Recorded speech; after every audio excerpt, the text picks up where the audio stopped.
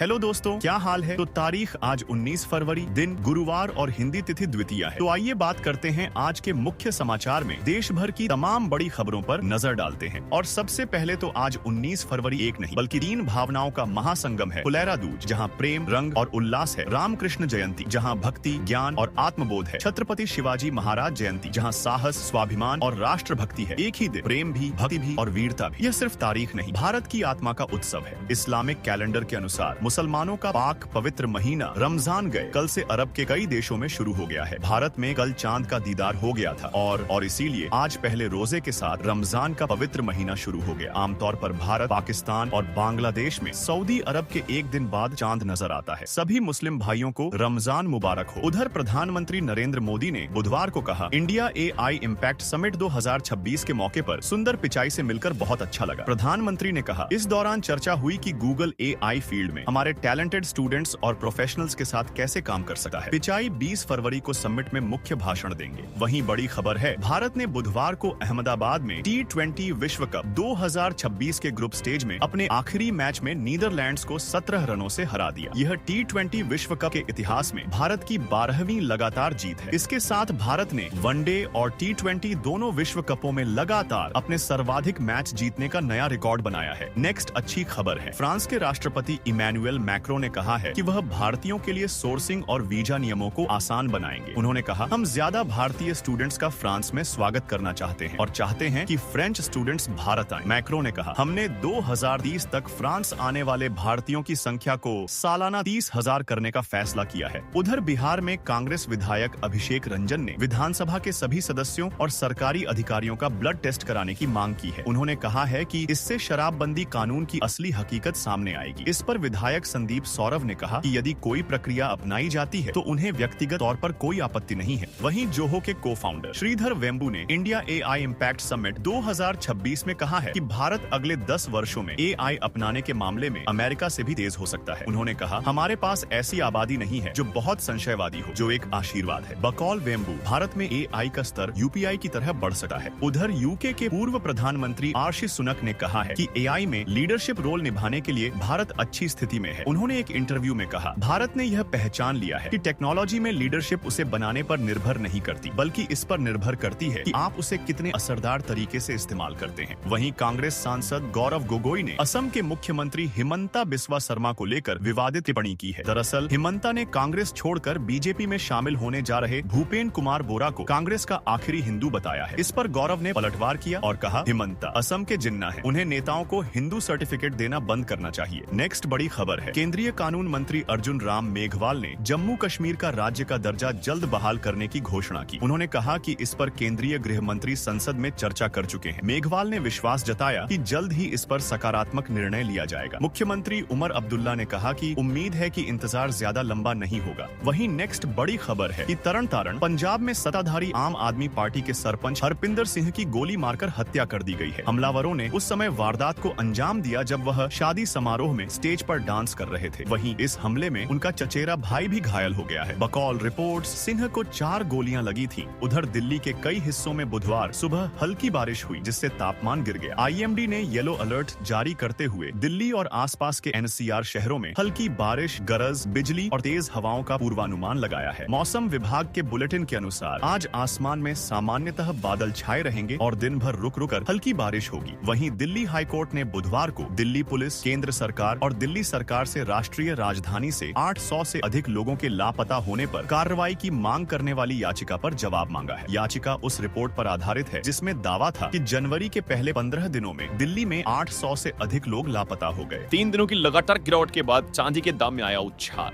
All India Sarraf association के अनुसार राजधानी दिल्ली में 3 दिनों की लगातार गिरावट के बाद बुधवार को चांदी की कीमत 1000 रुपए बढ़कर 2,46,000 प्रति किलोग्राम हो गई है। अंतर्राष्ट्रीय बाजार में मजबूत रुझानों के चलते यह उछाल आया है।